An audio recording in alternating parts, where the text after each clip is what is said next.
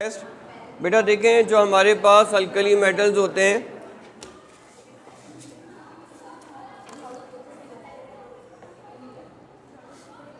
हमारे पास बेटा जो अल्कली मेटल्स हैं और अल्कलाइन अर्थ मेटल्स हैं, इनके अंदर एक ख़ास बात ये होती है कि they can be excited in flame. यानी जो फ्लेम होता है हमारे पास बर्नर का, उसके फ्लेम के अंदर ये एक्साइट हो जाते हैं और उस हीट एनर्जी को लेके ये एक्साइट होते हैं।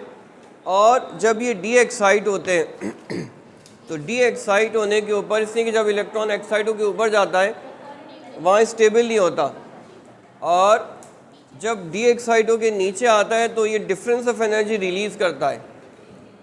For alkali metals and alkaline earth metal, this difference of energy comes in the visible region.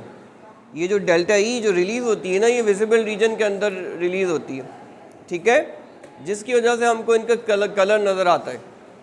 आप लोगों को, हम लोगों ने सॉल्ट जो कराया था, सोडियम क्लोराइड कराया है, उसमें आपको याद होगा शायद हमने आपको सोडियम क्लोराइड में सोडियम का गोल्डन फ्लेम कलर आया होगा।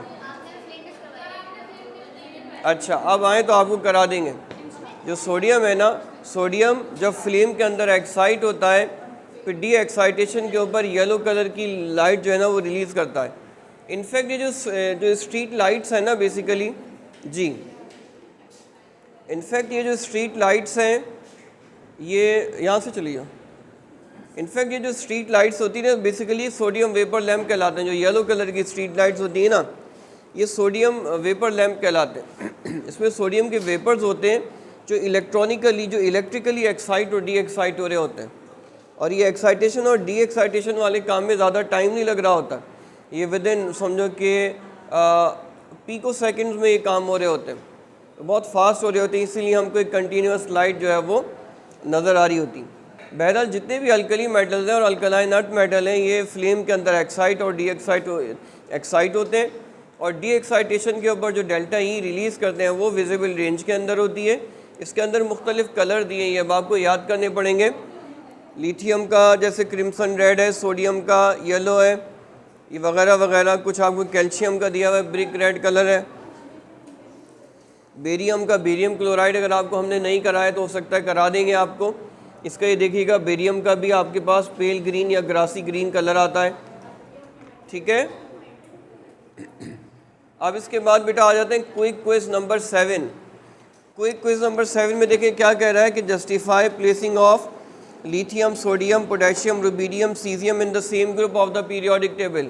क्या इसका आंसर हो सकता है? ये सारे same group of the periodic table में क्यों है? ये सारे के सारे लिथियम, सोडियम, पोटेशियम एक ग्रुप के अंदर क्यों रखे गए? Because all of them have same number of valence electron, that is 1 electron, ठीक है। चूँकि इनके वैलेंस शेल में 1 इलेक्ट्रॉन है, इसलिए इनको ग्रुप 1A में रखा है।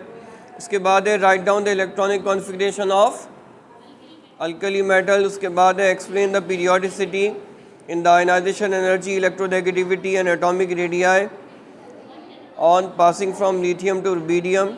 Explain alkali metals show an oxidation state of +1 only.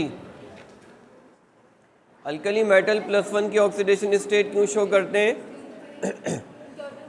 Because they have 1 electron in the valence outermost shell and they do not lose electrons any more, ठीक है, या from then on they do not lose any electron, because if they lose their electron further they would lose their octet. समझ में आ रही बात कि +1 का cation तो बनाएंगे, इसलिए कि +1 का कैटाइन बनाने के बाद उनका ऑक्टेट कंप्लीट होता है, उसके बाद नहीं करते इलेक्ट्रॉन लूज़, इसलिए कि अगर इसके बाद भी इलेक्ट्रॉन लूज़ कर दिया तो फिर इनका ऑक्टेट कंप्लीट नहीं होगा, 7 इलेक्ट्रॉन आ जाएंगे, तो ये हाईली अनस्टेबल हो जाएंगे। इसीलिए एक ही इलेक्ट्रॉन रिलीज़ करते हैं, लूज़ करते हैं। Alkali metals are good reducing agent. Alkali metal बहुत स्ट्रॉन्ग रिड्यूसिंग एजेंट है, क्यों?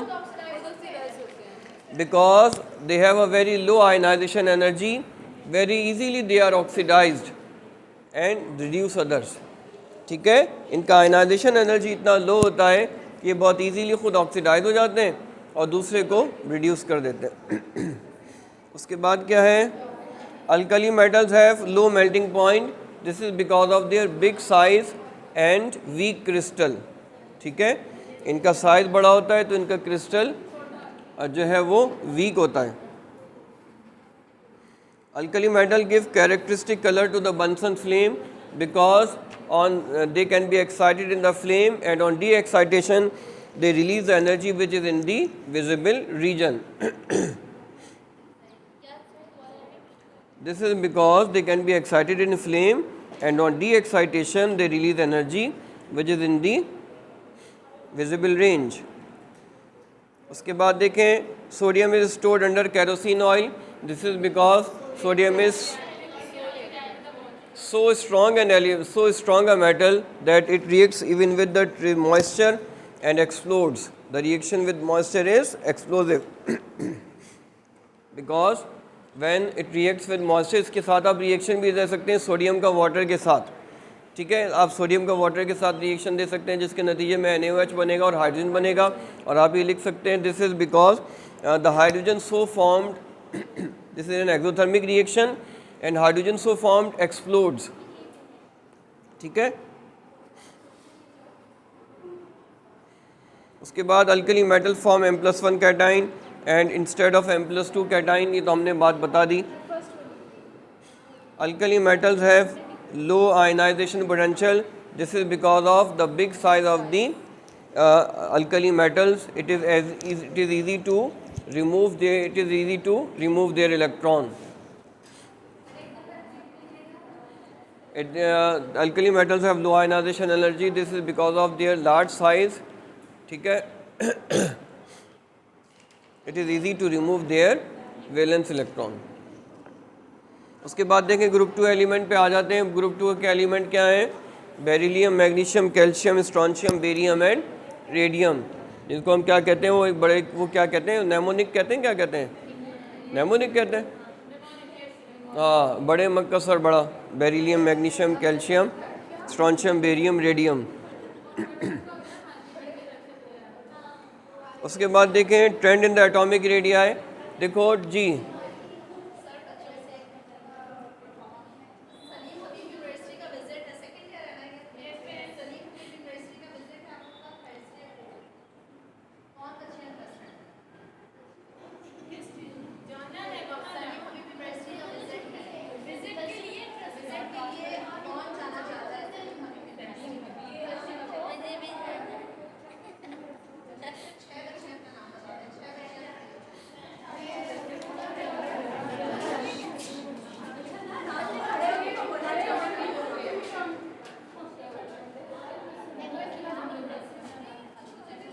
इसको पॉज कर दो।